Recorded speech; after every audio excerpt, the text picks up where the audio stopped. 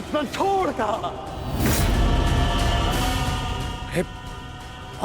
जो रासलीला के नाम पर स्त्रियों को भ्रमित करता है, जो बाल क्रीड़ा के नाम पर स्त्रियों के वस्त्र चुराता है, जो स्वयंवर से स्त्रियों का हरण करता है, उस कृष्ण का पक्ष ले रहा है तू। उसके लिए तू मुझसे युद्ध कर रहा है। उस कृष्ण का भी मैं वध करूंगा, पहले तेरा, उसके बाद उसका। अब तुम्हें सीमा पार करती है।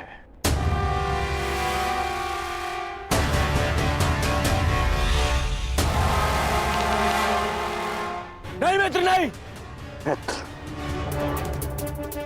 आज इस पौंद्र का अंतिम दिवस है।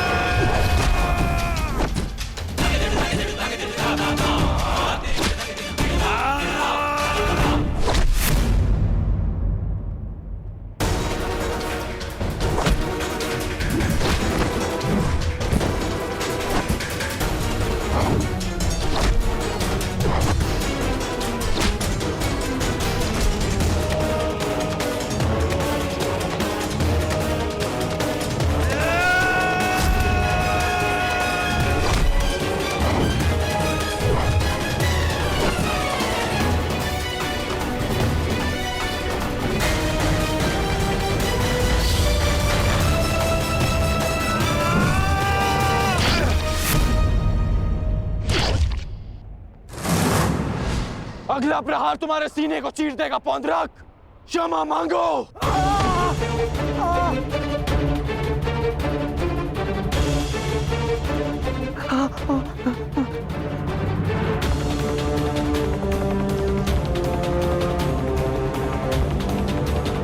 अब बोलो, क्या कह रहे थे तुम?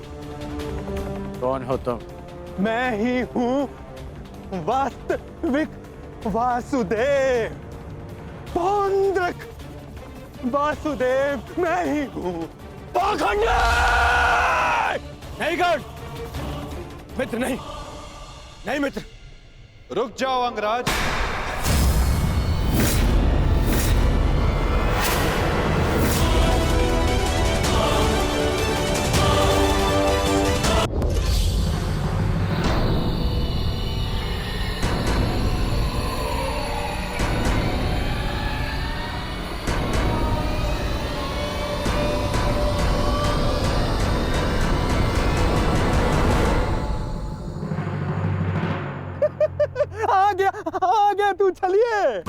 गया, अंततः वो दिन आ गया कृष्ण, जिसकी वर्षों से मुझे प्रतीक्षा थी।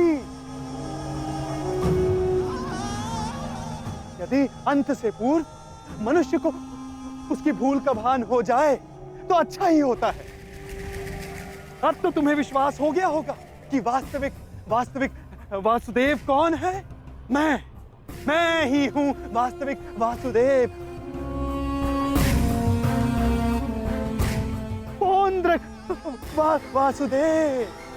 इसलिए जिसका अधिकार आरंभ से केवल मेरा है, मुझे मेरा सुदर्शन चक्र दे दो कृष्ण।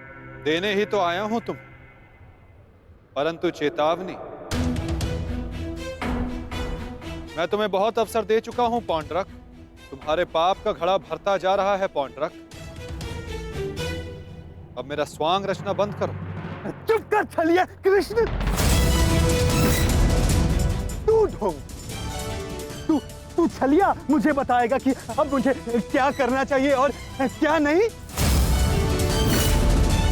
जो तुझे देव मानते हैं ना, वो सब दृष्टिहीन है और बुद्धिहीन भी। परंतु मैं नहीं हूं।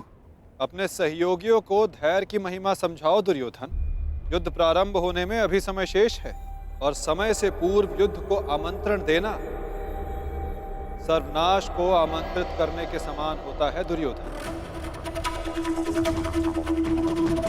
क्योंकि इस समय मैं अस्त्र ना उठाने के लिए बंधित नहीं हूं। मनुष्य को खाई में गिराने के लिए उसका केवल एक पग पर्याप्त होता है पौंड्रक। अभी अभी मैंने कर्ण को रोककर तुम्हें मृत्यु के मुख में जाने से रोका है। कदाचित तुम्हारा अगला पग तुम्हारा अंत ना रोक पाए पौंड्रक।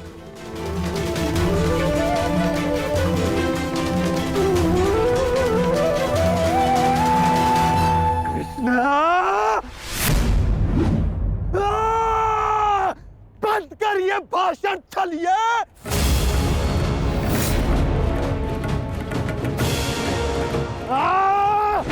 छलिए पाखंडी, आज मैं तेरा अंत करके ही रहूंगा कृष्ण। रखो मित्र, क्रोध मुझे भी आ रहा है। अपने क्रोध को युद्ध के लिए बचा के रखो।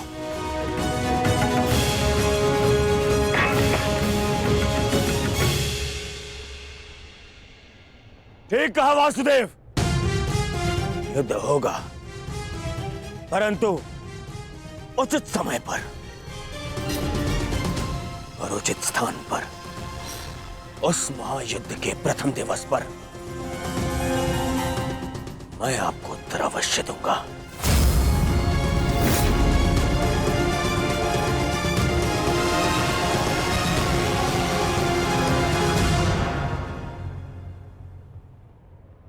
तुम चोटिल हो मित्र, आओ तुम्हें तुम्हारे शिविर पर छोड़ दूं। आओ।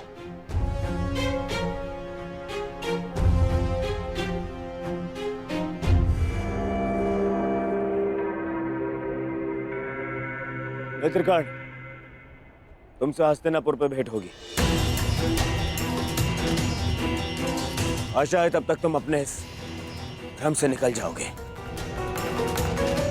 और तब तुम समझोगे कि मेरा चुनाव उचित था।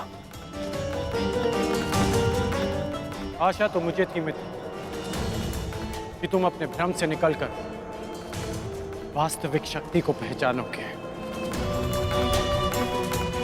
परंतु अब कोई लाभ नहीं। जो हानि तुमने स्वयं को और हम सबको पहुंचानी थी, वो तुम पहुंचा चुके हो। चल मोटे, आज कृष्ण, मैं अपना सुदर्शन चक्र तुझसे लेकर रहूंगा,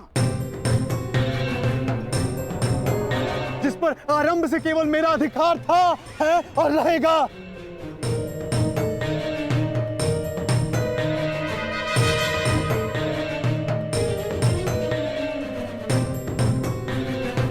चलो सारथी।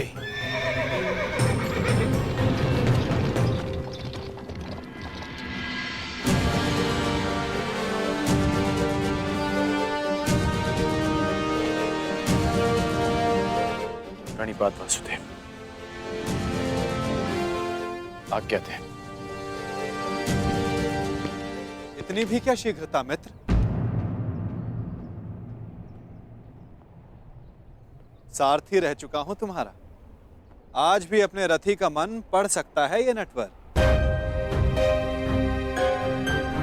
समझता हूं कि तुम व्यथित हो। क्या अपने मन की बात अपने सारथी से नहीं कहोगे तुम?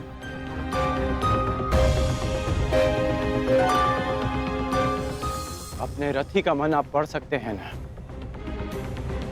तो पढ़ लीजिए। इसीलिए कहता हूं मित्र, तुम्हें प्रसन्न होना चाहिए। दुर्योधन ने उचित चुनाव किया। उसे शक्ति चाहिए थी, उसे मिल गई। नारायणी सेना अब उसके आदेश के अधीन होगी। नारायणी सेना में नारायण ही ना हो तो वो कैसी नारायणी सेना केशव?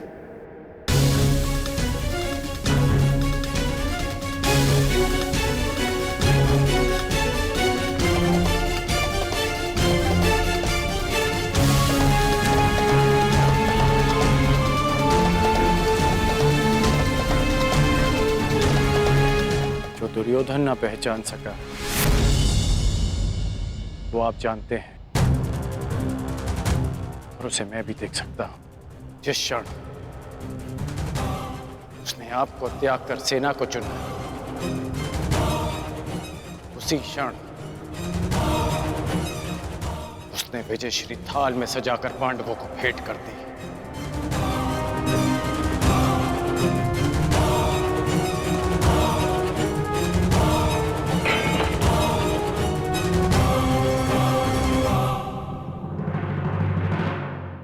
नारायणी सेना दुर्योधन के अधीन होने से उसकी शक्ति में वृद्धि अवश्य हुई है। तुम्हें नहीं लगता कि अर्जुन ने भूल की? क्या मिला उसे निहत्थे कृष्ण को चुनने से? जिसके हाथ के संकेत से सृष्टि बनती है और बिगड़ती है, वो कैसे निहत्था हो सकता है वासुदेव? परंतु सत्य ये भी है मित्र कि मेरे युद्ध में उपस्थित रहने पर भी मैं युद्ध नहीं करूं, तो फिर मुझसे किसी को क्या हानि और क्या लाभ? सबसे बड़ा अस्त्र तो आप चला चुके हैं, स्वयं को दुर्योधन के विपक्ष में रखकर। आप ही कहते हैं ना कि निर्णय ना लेना भी कभी कभी सबसे महत्वपूर्ण निर्णय होता है, कि हम पक्ष ना चुनकर भी कभी कभी पक्षपात कर जाते हैं, भले ही संसार ना देख पाए। परंतु मैं जानता हूं कि आपने पक्ष लिया है वासुदेव।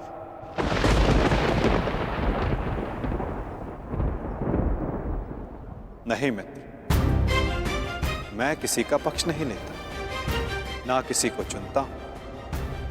लोग मुझे चुनते हैं या छोड़ते हैं। मानता हूं कि आपने किसी को नहीं चुना, परंतु आपने दुर्योधन को बाध्य किया कि वो आपको ना चुने। आपने ऐसी परिस्थितियां उत्पन्न की कि वो ही आपको चुने जिसे आप चुनना चाहते हैं।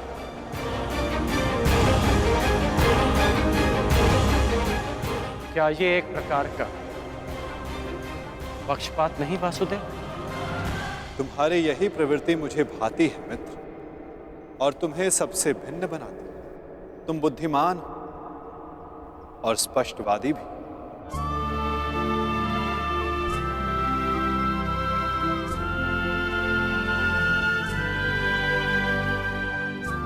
ऐसा होकर भी क्या लाभ वासुदेव, जब मैं आपका साथ ना पा सका।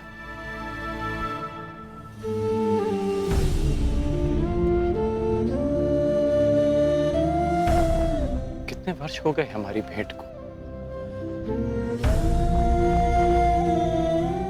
से हम मिले हैं, हमारे पक्ष सदा भिन्न थे, परंतु हमारी सोच एक थी वासुदेव। फिर आपने ऐसा क्यों किया? मैंने ऐसा क्या किया मित्र?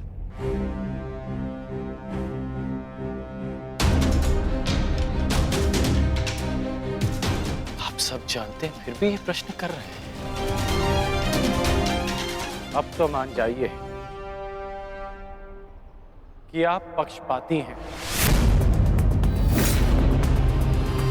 कैसा पक्षपात अंगराज? विराट नगर में मैंने कौरवों और पांडवों को समान अवसर दिए कि द्वारका आकर मुझसे पहले जो समर्थन की मांग करेगा मैं उसी का समर्थन करूंगा। विराट नगर में जब आपने वचन दिया, वहां सब उपस्थित थे, परंतु द्वारका में जो घटित हुआ वो केवल दुर्योधन और अर्जुन ही जानते हैं। दुर्योधन को केवल आपने भ्रम दिया और शक्ति दी अर्जुन को।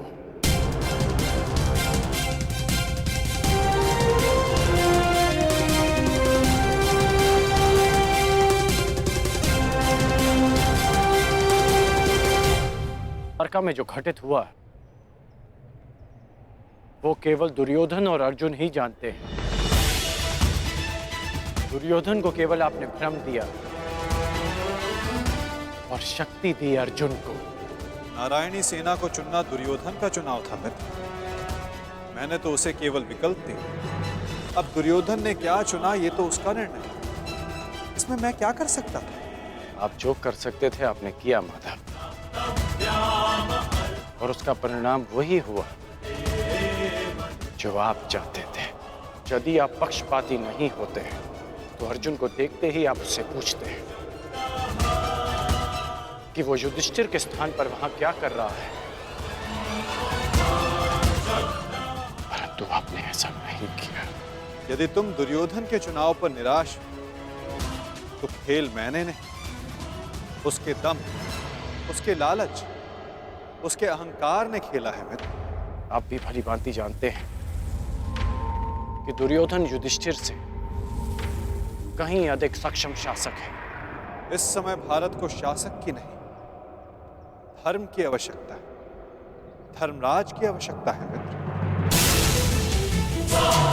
फिर भी मैंने तुम्हारे तथाकथित सक्षम शासक को विकल्प दिए मित्र, जो विकल्प चुनने में ही चूक गया। वो कैसा सक्षम शासक मित्र? और मेरे विकल्प का क्या? आपने मुझे विकल्प क्यों नहीं दिया? कौरवों और पांडवों के मध्य आपने मुझे क्यों छोड़ दिया? क्या आपकी दृष्टि में मेरा कोई महत्व नहीं केशव? मैंने तो सदैव तुम्हें विकल्प दिए मित्र। अब तुमने ही मुझे नहीं चुना तो उसके लिए तुम स्वयं उत्तरदायी। मैंने तो वर्षों पहले तुम्हारा सारथी बनना स्वीकार किया था मित्र, परंतु तुमने ही अलग मार्ग चुना। मैं तुम्हें सदा धर्म के लिए लड़ते देखना चाहता था, परंतु तुमने सदैव दुर्योधन के छल का साथ दिया। परंतु अब भी कुछ नहीं बिगड़ा। तुम्हारे लिए अब भी अवसर शेष है मित्र। तुम मनुष्य श्रेष्ठ हो, परंतु अनुचित स्थान पर उचित स्थान का चुनाव करो मित्र। ये विकल्प नहीं है माधव, और यदि आप इसी को विकल्प कहते हैं तो आप ऐसा विकल्प मुझे अनेक बार दे चुके हैं, और मैंने सदा आपसे कहा कि ऐसा संभव नहीं है। मुझे इस बात का खेद रहेगा कि आप मेरे साथ नहीं होंगे, परंतु ये खेद मैं अपने मित्र को नहीं होने दूंगा, जिस मित्र ने मुझ पर विश्वास किया। आप अपना धर्म निभाइए और मैं अपना ऋण चुकाऊंगा वासुदेव।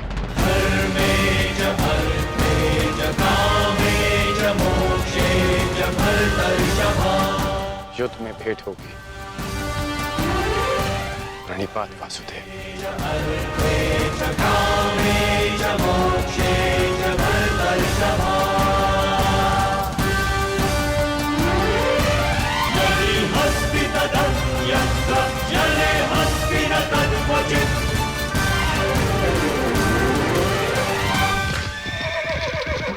नहीं मित्र, युद्ध से पूर्व हमारी भेंट होगी और मैं तुम्हें एक और अवसर दूंगा। तुम्हें आभास कराऊंगा कि जितना सम्मान तुम्हें चाहिए उससे कहीं अधिक सम्मान के योग्य हो तुम। अगली भेंट में तुम्हारी वास्तविकता से भेंट करवाऊंगा मित्र। तुम्हें ज्ञात होगा कि तुम वास्तव में कौन हो। आशा है कि उस दिन तुम उचित विकल्प चुनोगे मित्र।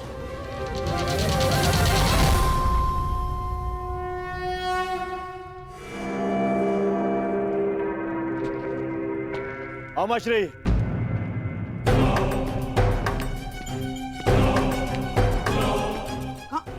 कहाँ थे तुम? मैं कब से तुम्हारी प्रतीक्षा कर रहा हूँ।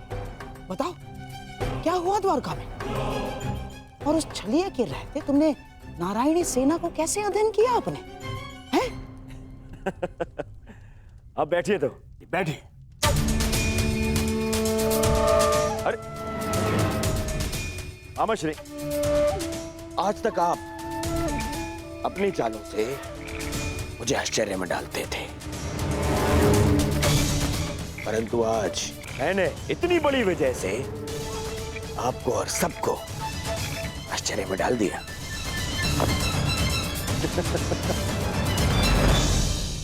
सब इतने प्रसन्न है मेरे इस निर्णय से,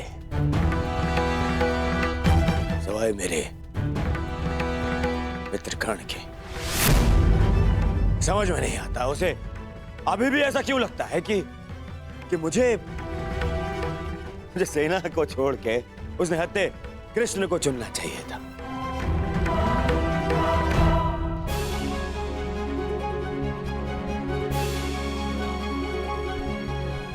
आज वासुदेव हमारे साथ है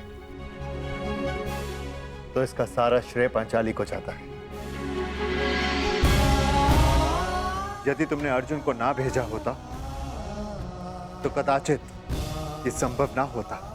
आपका मेरे प्रति इतना विश्वास मेरे लिए बहुत सम्मान की बात है आर्य। और मुझे भी पूर्ण विश्वास है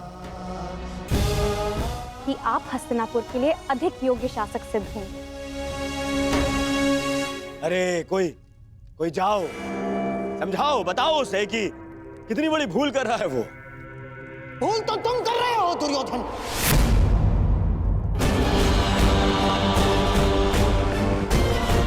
आज पहली बार मैं कर्ण से सहमत हूं। तुम्हें नारायणी सेना के स्थान पर कृष्ण को ही चुनना था। ये क्या कर लिया तुमने? अरे मैंने क्या किया मामाश्री? उस कृष्ण ने वहां वचन दिया कि वो युद्ध में अस्त्र नहीं उठाएगा, तो फिर मैं नारायणी सेना को छोड़कर उसने हत्या कृष्ण को चुनकर क्या कर लेता? अब हमारे विरुद्ध पूरी नारायणी सेना होगी जो हर प्रकार की व्यूह रचना में निपुण है।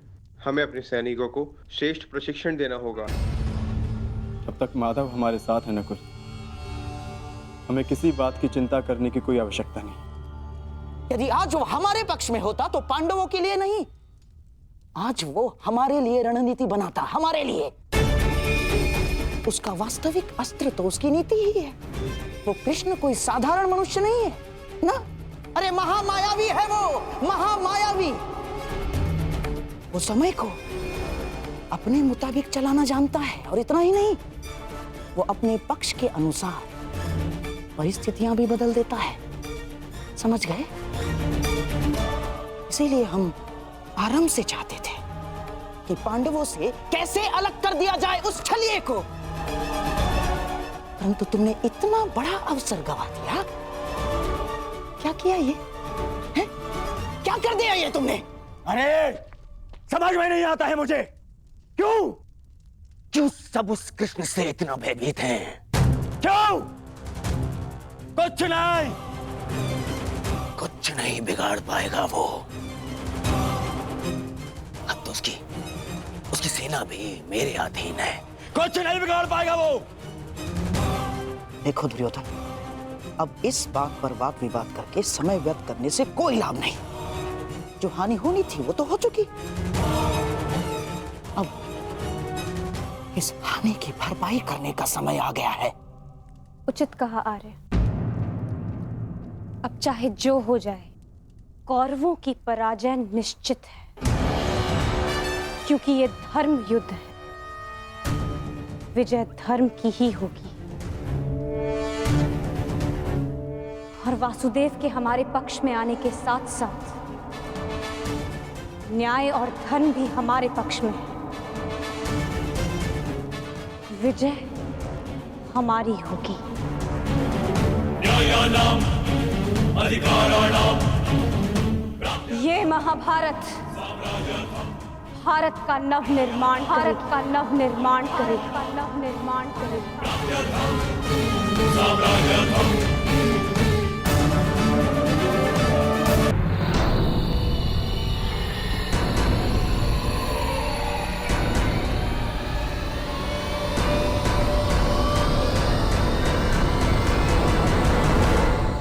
अच्छा हुआ कर्ण, तुम आ गए। हम तुम्हारी प्रतीक्षा कर रहे थे।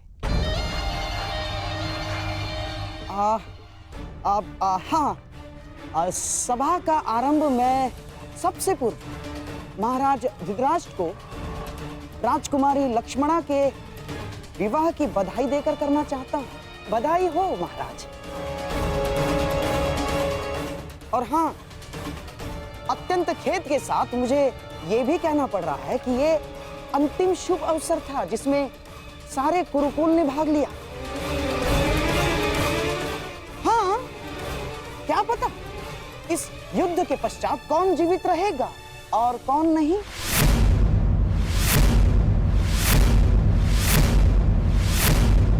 स्पष्ट रूप से कहिए गंधार राज, आपका तात्पर्य क्या है?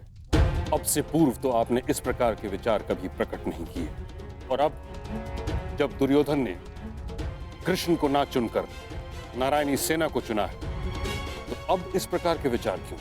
आपका प्रश्न उचित है महामहिम, परंतु यदि मैं अपनी भूल स्वीकार भी करता हूं, तो क्या वो भूल मैं सुधार सकता हूं? कर्ण, तुम्हारा इस विषय में क्या कहना है?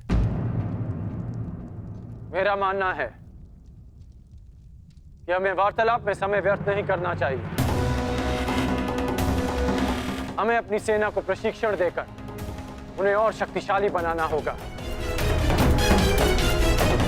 अपनी सेना में अधिक से अधिक महान योद्धाओं को एकत्रित करना होगा। मेरा एक और मानना है कि हमें युद्ध के लिए तत्पर रहना चाहिए।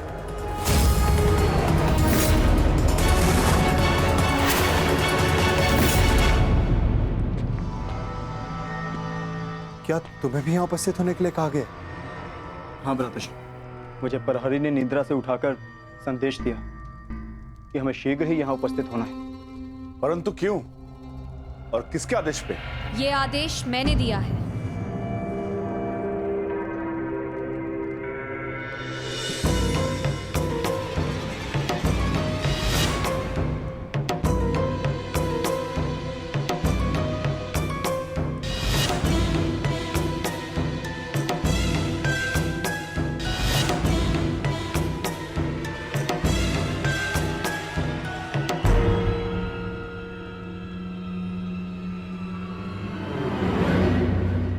पांचाली, इतनी रात में तुम ये? क्योंकि ये समय सोने का नहीं है धर्मराज, जागने का है। और जो बात मैं कहना चाहती हूँ उसके लिए सूर्योदय की प्रतीक्षा नहीं कर सकती। ऐसा क्या है पांचाली?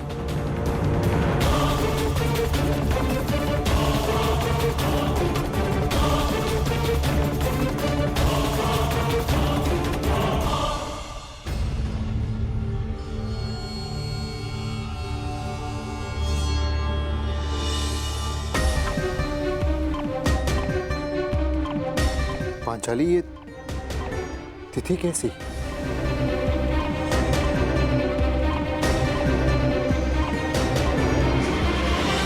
ये वो तिथि है आर्य जिस दिन हम कौरवों के विरुद्ध युद्ध आरंभ करेंगे। यदि ये युद्ध हुआ तो कितने योद्धा और कितने सैनिक मारे जाएंगे? महाराज, इस तथ्य से सभा में उपस्थित सभी मनुष्य अवगत हैं। हाँ, ये भी तो हो सकता है कि हम में से किसी को युद्ध में जाने की आवश्यकता ना पड़े।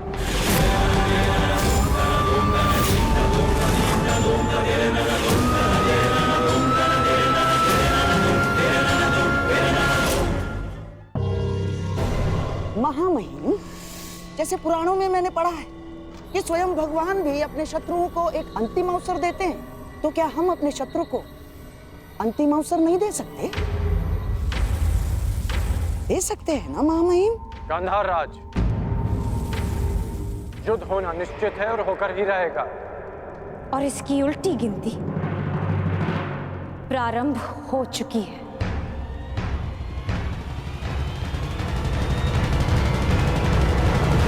मैं तुम्हारे विचारों से सहमत नहीं हूं।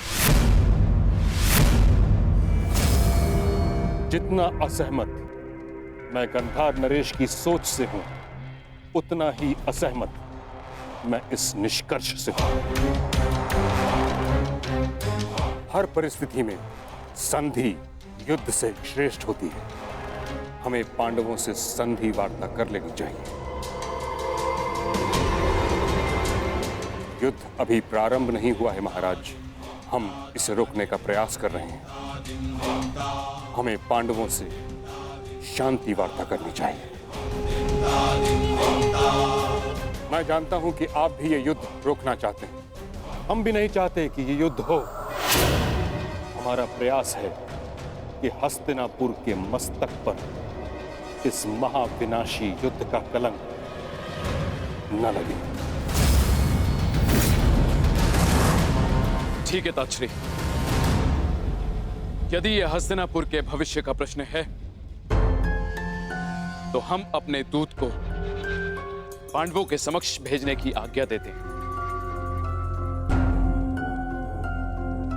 हमें उन तक संदेश देना है कि हस्तिनापुर भी इस युद्ध के विरुद्ध है। और युद्ध के अंतिम दिन मैं अपने अपमान का प्रतिशोध लूंगी।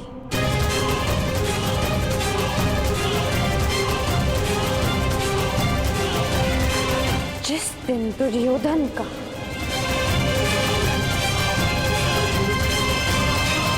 अंत होगा।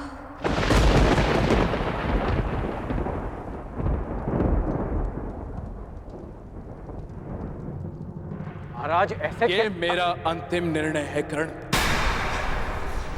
हमें अपनी ओर से एक प्रतिनिधि चुनना होगा। क्या आपके मस्तिष्क में कोई नाम है महाराज? संजय।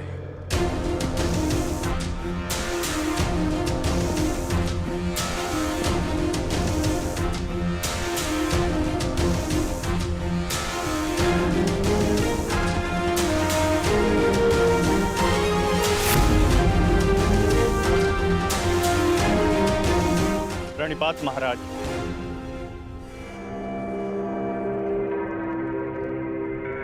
मुझे भी संजय के साथ जाने की आज्ञा दीजिए महाराज। नहीं कर्ण, यह एक अत्यंत संवेदनशील प्रकरण है। हमें योद्धा नहीं, नीति परख मनुष्य चाहिए।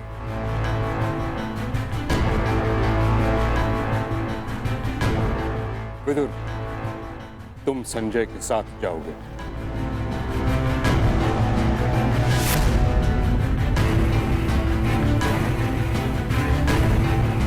तो ठीक है,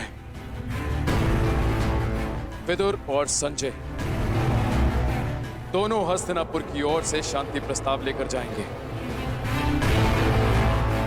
ये एक पारिवारिक प्रकरण है और हम नहीं चाहते कि परिजन ही परिजनों का रक्त बहाए। उचित है पांचाली, उचित है। अब ये युद्ध तुम्हारे बताए हुए दिन ही आरंभ होगा।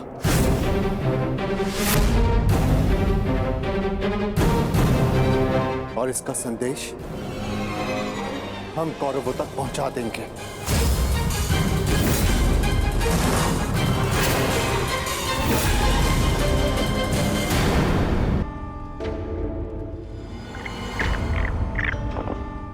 अपने खेल पर ध्यान रखो दुर्योधन, नहीं तो तुम मुझे परास्त नहीं कर पाओगे।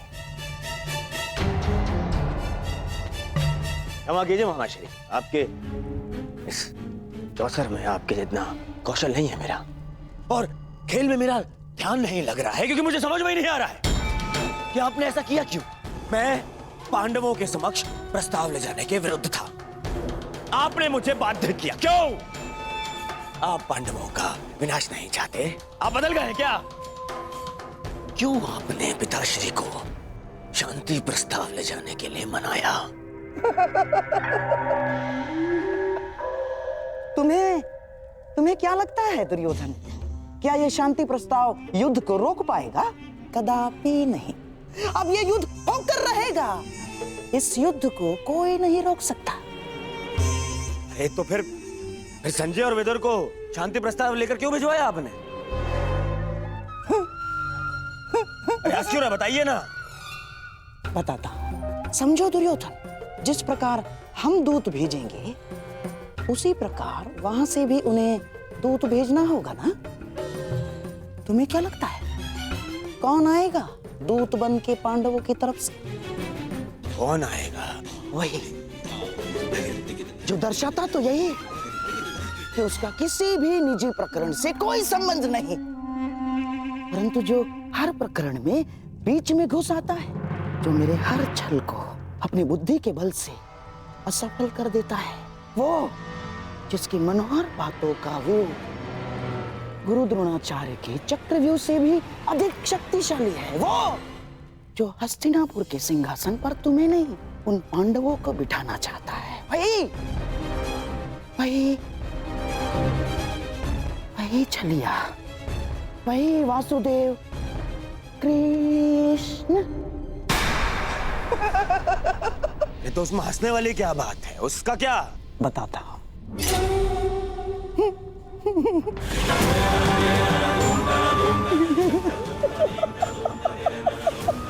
चलिए।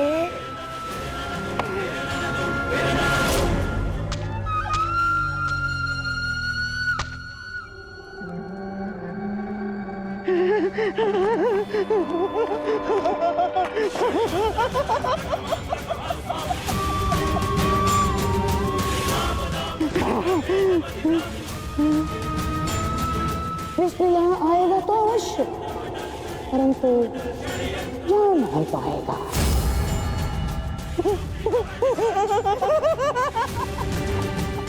जा नहीं पाएगा।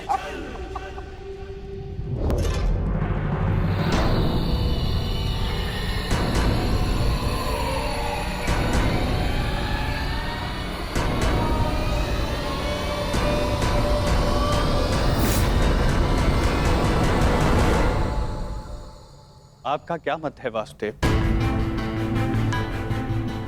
मैं इस प्रकरण में सम्मिलित ही नहीं हूं संजय महोदय, इसलिए इसका निर्णय भी युधिष्ठिर और दुर्योधन पर निर्भर करता है। परंतु मेरा यह कर्तव्य है कि मैं आप लोगों के विचारों को जानूं, क्योंकि शांति प्रस्ताव के लिए आप सबके समक्ष मुझे भेजा गया है, और मैं ये आशा करता हूं कि धर्मराज भी शांतिपूर्वक इस प्रस्ताव पर विचार करेंगे। वो तो इस पर निर्भर करता है कि आपके युवराज का क्या विचार है। मैं केवल महाराज धृतराष्ट्र का संदेश लेकर आया हूं वासुदेव। युवराज दुर्योधन के विचार मैं नहीं जानता, क्योंकि मेरे पास दिव्य दृष्टि नहीं है। किसे ज्ञात संजय महोदय, किसी दिन आपको दिव्य दृष्टि मिल जाए और आप वो देख पाए जो सबके लिए संभव ना हो।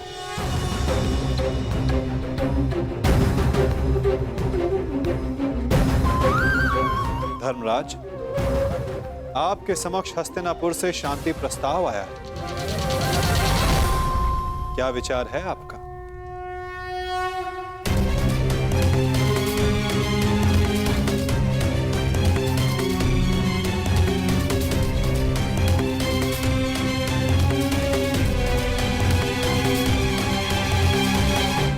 हस्तिनापुर शांति चाहता है तो हमें भी युद्ध करने की कोई ललक नहीं।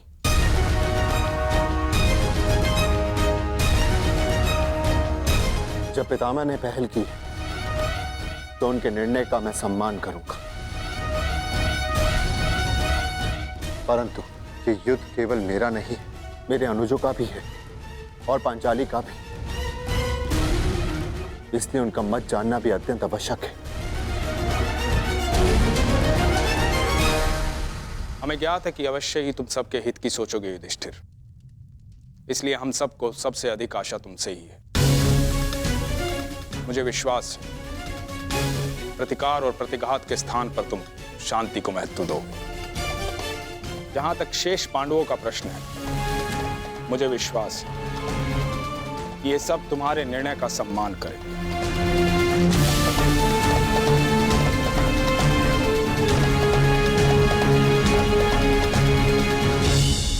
विचार विमर्श करके उत्तर दे धर्मराज, क्या निर्णय होगा आपका?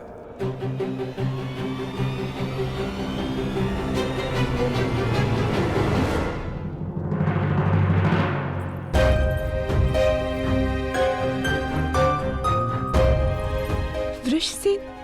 अरे लक्ष्मणा, कैसी हो?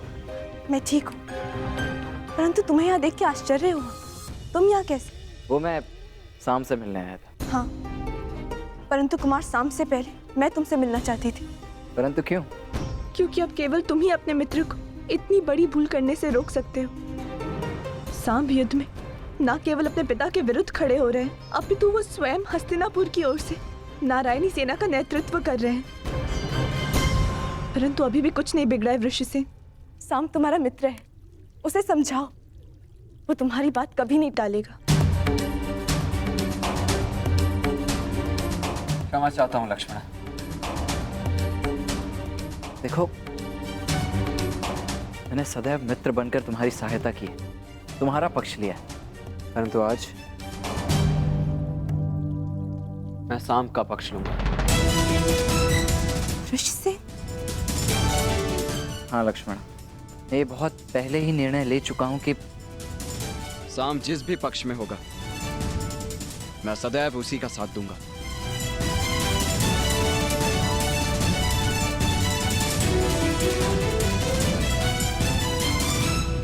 परंतु तुम्हें चिंता करने की आवश्यकता नहीं है लक्ष्मण। मेरे जीते जी सांब को कुछ नहीं होगा, विश्वास करो मेरा। पक्ष जो भी हो, हानि तो मेरे परिवार को पहुंच रही है ना वृषसेन। तुम ही बताओ मुझे, प्रभु से मैं किस पक्ष के लिए प्रार्थना करूं? दोनों ही पक्षों में मेरा ही परिवार लड़ रहा है। मैं क्या करूं वृषसेन? तुम्हारे इस प्रश्न का उत्तर मेरे पास नहीं है लक्ष्मणा। मैं तो ये भी नहीं कह सकता कि मैं तुम्हारी इस असमंजस से भरी परिस्थिति को समझ सकता हूँ। तुम इस युद्ध में भाग क्यों ले रहे हो वृषसेन? तुम्हारा तो पांडवों से कोई संबंध नहीं है, तो तुम अपने पिता के साथ इस युद्ध में क्यों भाग ले रहे हो? केवल इसीलिए? केवल इसीलिए लक्ष्मणा, क्योंकि सांब कौरवों के पक्ष में, और इससे अधिक मेरे लिए कुछ महत्वपूर्ण नहीं। वृषसेन, तुम्हें भान है तुम कितनी बड़ी भूल कर रहे हो? नहीं भान है तुम्हें। यदि भान होता तो इस युद्ध में भाग लेने के बजाय उसे रोकने का प्रयत्न कर रहे होते तुम। मैं तुम्हारे समक्ष बहुत सी उम्मीदें लेकर आई थी वृषसेन,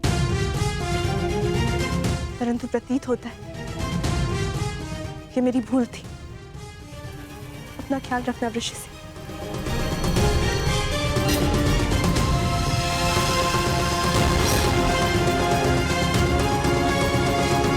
अब मैं तो क्या? मुझे स्मरण है पांचाली, परंतु इस महायुद्ध में केवल महाविनाश होगा। दोषियों को दंड अवश्य मिलेगा, परंतु सहस्त्रों लाखों निर्दोषों के प्राण भी जाएंगे। न जाने कितने परिवार बिखर जाएंगे पांचाली, कितने परिवार। और न्याय का क्या धर्मराज? ये युद्ध न्याय का है, और आपकी ली हुई प्रतिज्ञा का क्या? आर्य भीम, मैं कुछ नहीं भूला हूं पांचाली, ना ही तुम्हारे अपमान को, ना ही मेरी प्रतिज्ञा को। और जहां तक बात है इस शांति प्रस्ताव की, तो मैं इससे बिल्कुल सहमत नहीं। परंतु पांचाली, हम सब तुम्हारा मत जानना चाहते हैं, क्योंकि यह प्रस्ताव स्वयं पितामह और महाराज के द्वारा भेजा गया है, और इसे ऐसे ही ठुकराया भी नहीं जा सकता। आप भूल रहे हैं वृकोदर, उस सभा में श्रद्धेय पितामह और महाराज धृतराष्ट्र भी उपस्थित थे, और वो भी मेरा अपमान होने से नहीं रोक पाए थे। मुझे लगा था कि वनवास पूर्ण होने के पश्चात हम सबके जीवन का एक ही उद्देश्य है, कौरवों का विनाश।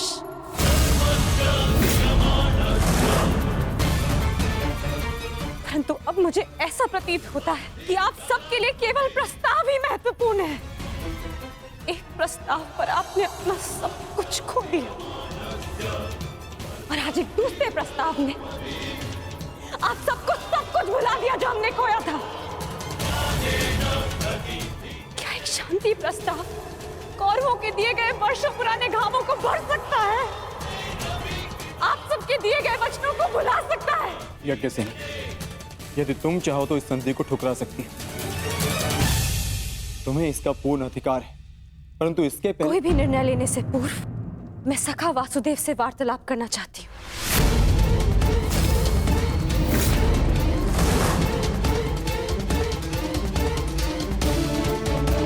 क्या हुआ? सखा कहाँ है? वो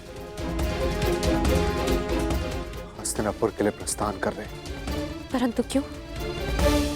परंतु क्यों? पांडवों की ओर से शांति दूत बनकर।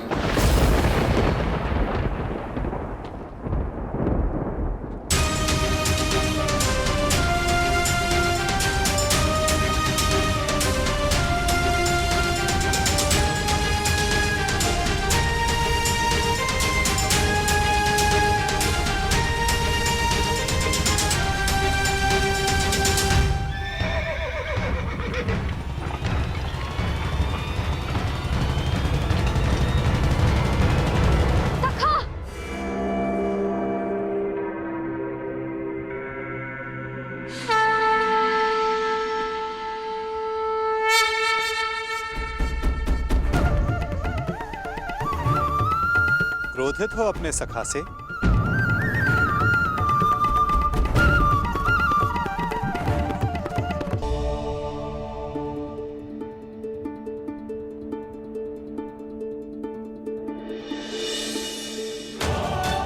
मुझे लगा प्रस्थान कर गए। भला अपनी सखी से मिले बिना मैं प्रस्थान करने की सोच भी कैसे सकता हूं? जानता हूं तुम्हारे मन में बहुत प्रश्न तुम्हें व्याकुल कर रहे हैं। जो कुछ भी तुम्हारे हृदय में है कह सकते हो। मैं वचन देता हूं तुम्हारे हर प्रश्न का उत्तर देगा ये सखा। ठीक है, तो बताइए कहां जा रहे थे आप? हस्तिनापुर, पांडवों के शांति दूत बनकर? अपनी सखी का अपमान भूल गए आप सखा? अपमान करने वालों के समक्ष संधि का प्रस्ताव लेकर जा रहे हैं आप? मुझे आपसे ये आशा नहीं थी सखा। आप उन दोषियों से गले मिलने को तत्पर हो गए जिन्होंने मेरे... क्या यही आपका न्याय है सखा कि आप मेरा मत जाने बिना ही जा रहे थे?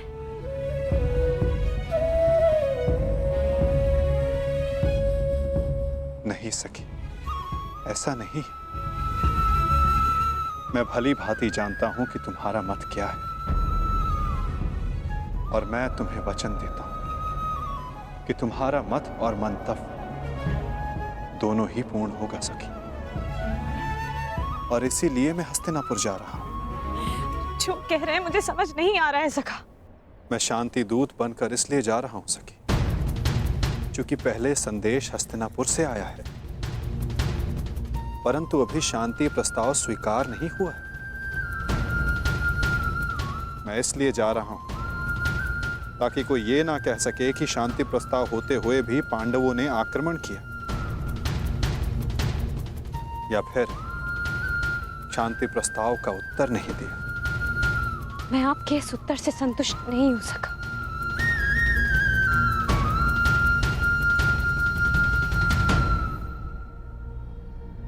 सखी, मैंने तुम्हें यह कहा था कि मैं तुम्हारे प्रश्नों का उत्तर दूंगा, परंतु संतुष्ट होना या ना होना ये तुम पर निर्भर करता है सखी। अब मुझे हस्तिनापुर जाने की आज्ञा दो।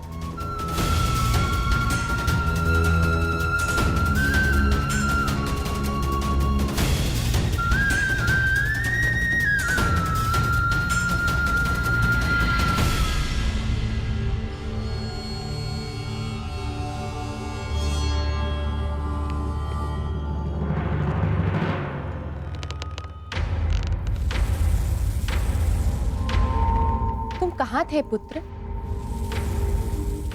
द्वारका। परंतु क्यों?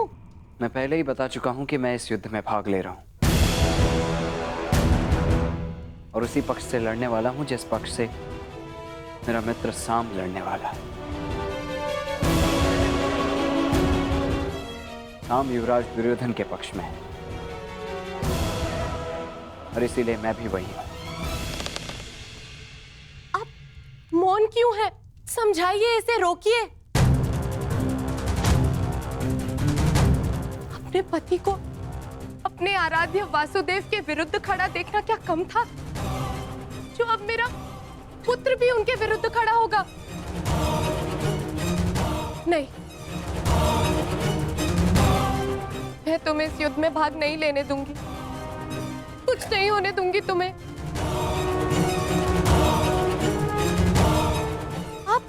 इसे रोकिए, समझाइए। श्री कृष्ण के विरुद्ध युद्ध में खड़े होने का अर्थ है केवल सर्वनाश, और ये अपने पिता की आज्ञा के विरुद्ध जाकर इस युद्ध में भाग नहीं ले सकता है।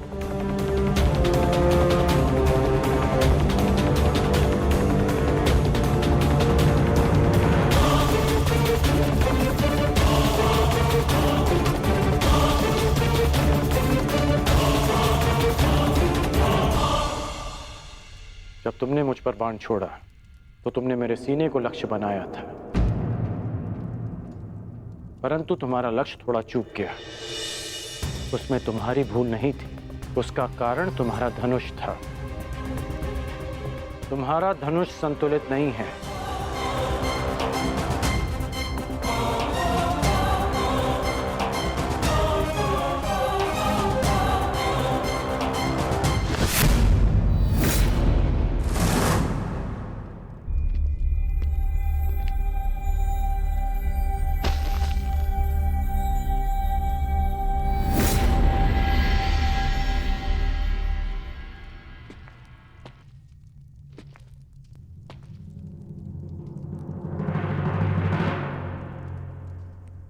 ये बिल्कुल संतुलित धनुष है, जिसे मैंने अपने हाथों से बनाया है। जो तुम्हें इसी का प्रयोग करना है। लक्ष्य कभी नहीं चूकेगा।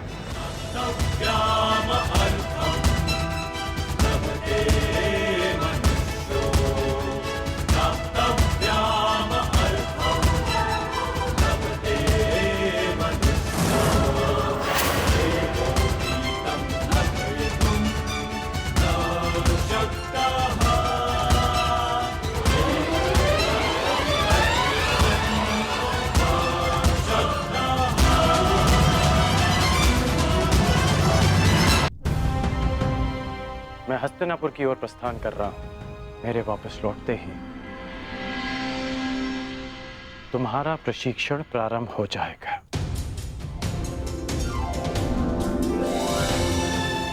कदाचित हमारी सोच में मतभेद हो, परंतु हमारे पक्ष में कोई मतभेद नहीं। सुना है कि वासुदेव शांति दूत बनकर हस्तिनापुर आ रहे हैं, तो हो सकता है कि ये युद्ध टल जाए। नहीं, युद्ध होना निश्चित है। हाँ, वासुदेव स्वयं आ रहे हैं तो अवश्य कोई बात होगी।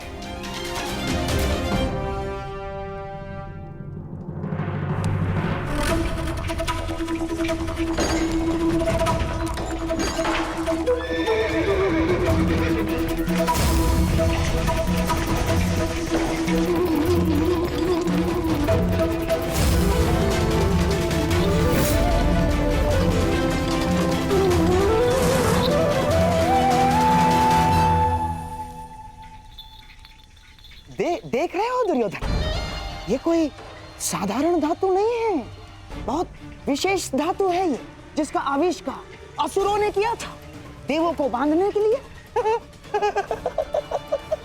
इससे सक्षम और कठोर कुछ हो ही नहीं सकता उस छलिए को बांधने के लिए।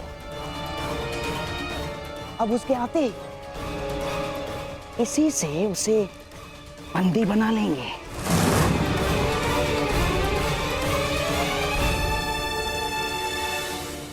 बहुत अच्छे मामा श्री, सबसे कठोर धातु की श्रृंखला। हाँ?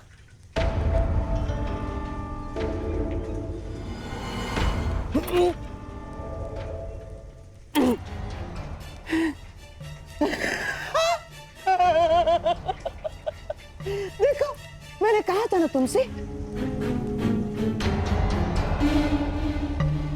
परंतु मैं ये देखना चाहता हूं कि ये कितनी कठोर है।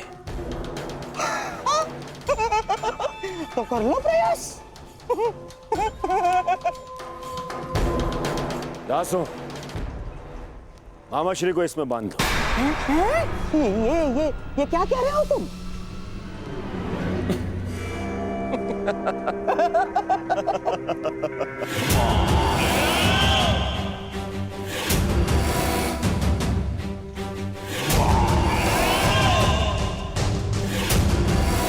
मुझे इस श्रृंखला से बांध दिया जाए। बांधो! अरे बांधो बांधो।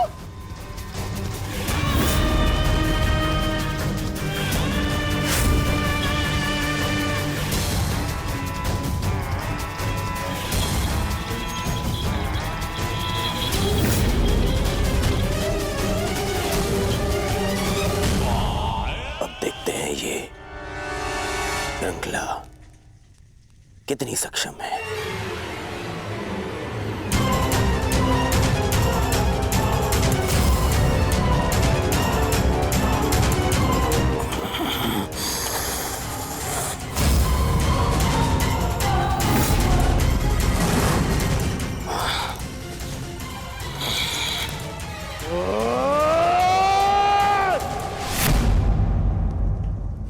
अद्भुत, निसंदेह ये अद्भुत है। अब हुआ पूर्ण प्रबंध उस वासुदेव के स्वागत का।